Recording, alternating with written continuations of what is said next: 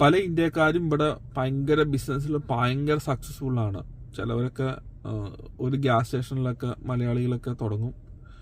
അത് കഴിഞ്ഞിട്ട് ആ ഗ്യാസ് സ്റ്റേഷനിൽ കഴിഞ്ഞിട്ട് വേറെ ഗ്യാസ് സ്റ്റേഷനിലേക്കൊക്കെ വാങ്ങിക്കും. പല ആൾക്കാരും ഭയങ്കര സക്സസ്ഫുള്ളാണ്.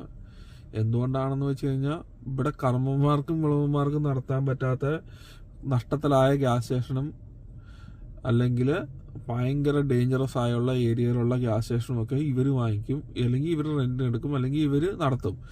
ഇവർ നടത്തിയിട്ട് ഇന്ത്യയിൽ നിക്കക്കള്ളി ഇല്ലാതെ കടവും കടത്തിൻ്റെ കൂടും ഉള്ളവരെ ഇവർ അവിടെ ജോലിക്ക് നിർത്തും. അപ്പോൾ ഇവരാണെങ്കിലോ എല്ലാ ദിവസവും ജോലിക്ക് വന്നോളും. കുറഞ്ഞ ശമ്പളം കൊടുത്താൽ മതി. അപ്പോൾ വിളവന്മാർക്കും കർമ്മന്മാർക്കും ഇവിടെയുള്ളവർക്കും ഒന്നും നടത്താൻ പറ്റാത്ത ഗ്യാസ് സ്റ്റേഷൻ ഇവർ നടത്തി ഇവർ വിജയിപ്പിക്കും. കാരണം ഇവർക്ക് എംപ്ലോയീസിനെ കിട്ടിക്കഴിഞ്ഞാൽ എംപ്ലോയീസിനെ വളരെ ചീപ്പായിട്ട് ജോലിക്ക് നിർത്താൻ പറ്റും. ഇവരെല്ലാ ദിവസവും ജോലിക്ക് വന്നോളും. മുതലാളിക്ക് കാര്യമായിട്ടൊന്നും നോക്കാനുണ്ടാവില്ല. കാരണം ഇവർ നേരെ എഴുന്നേറ്റിട്ടുണ്ടെങ്കിൽ അവർ ജോലിക്ക് വന്നിരിക്കും.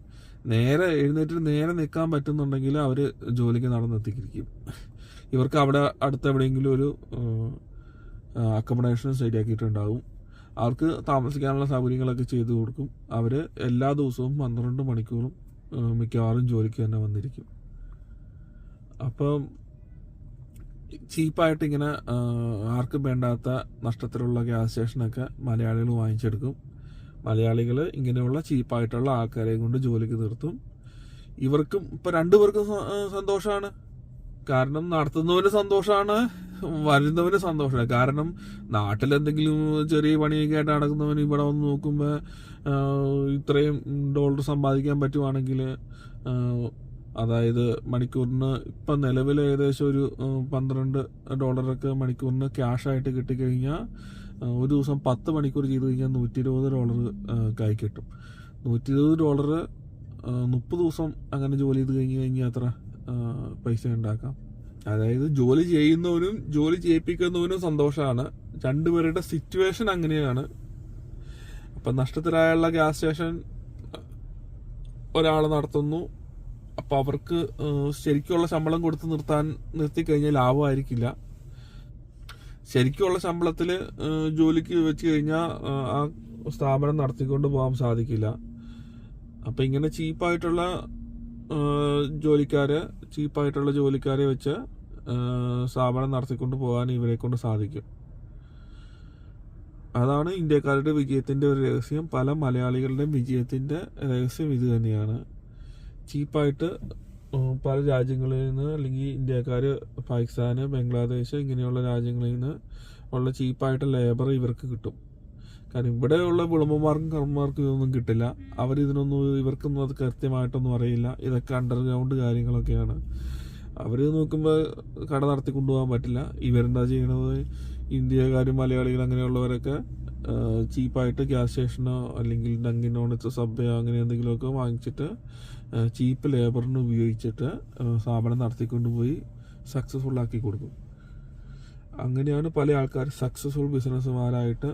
ചിലവരൊക്കെ നാട്ടിലൊക്കെ വന്ന് ഭയങ്കരമായിട്ട് വിലസൊക്കെ ചെയ്യും. ഭയങ്കര സക്സസ്ഫുൾ ബിസിനസ്സുകാരനാണ്. എന്താണ് ഇതിൻ്റെ പുറകിലുള്ളത്? ചീപ്പ് ലേബർ മാത്രമാണ് ഇതിൻ്റെ പുറകിലുള്ള ഒരു രഹസ്യം. ഇവർക്ക് വേറെ ഒന്നും പ്രത്യേകിച്ച് വലിയ കഴിവുകളൊന്നും ആവശ്യമില്ല. ചീപ്പ് ലേബറിനെ എങ്ങനെ എവിടെ നിന്ന് കിട്ടും എന്ന് അവർക്കറിയാം. അത് വെച്ചാണ് ഇവർ ഇങ്ങനെയുള്ള സ്ഥാപനങ്ങളൊക്കെ നടത്തിക്കൊണ്ട് പോകുന്നത്.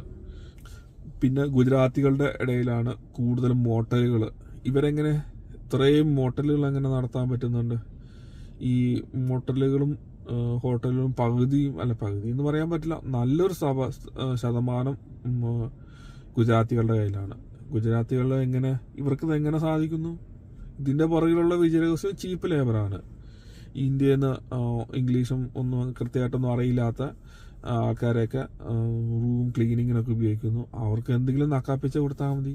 കാരണം അവർക്ക് എന്ത് കിട്ടിയാലും ഒരു ഹാപ്പിയാണ്. അല്ലെങ്കിൽ എന്ത് കിട്ടിയാലും എന്നല്ല, തുച്ഛമായിട്ടുള്ള പൈസ കിട്ടിയാലും അവർക്ക് ഹാപ്പിയാണ്. അവർക്ക് എവിടെയെങ്കിലും കിടക്കാനുള്ള അല്ലെങ്കിൽ താമസിക്കാനുള്ള സൗകര്യം ചെയ്തു കൊടുക്കും. പിന്നെ അവരവിടെ റൂം ക്ലീൻ ചെയ്ത് ഹോട്ടൽ നടത്തിക്കോളും. പിന്നെ ഫ്രണ്ടിൽ നിൽക്കാൻ കുറച്ച് അത്യാവശ്യം ഇംഗ്ലീഷ് അറിയാവുന്ന ആരെങ്കിലും നിർത്തും. അവരും ഇതേപോലെ എന്തെങ്കിലുമൊക്കെ സ്റ്റുഡൻസോ അങ്ങനെ എന്തെങ്കിലും ആൾക്കാരായിരിക്കും. അവർക്കും എവിടെയെങ്കിലും കിടന്നുറങ്ങാനുള്ള സൗകര്യവും കുറച്ച് ഭക്ഷണവും കൊടുത്തും പിന്നെ ബാക്കിയുള്ള പൈസ അവർ സേവ് ചെയ്ത് വെക്കുകയും ചെയ്യും. അപ്പോൾ ജോലിക്ക് ചെയ്യുന്നവന് സന്തോഷം, ജോലി ചെയ്യിപ്പിക്കുന്നവന് സന്തോഷം.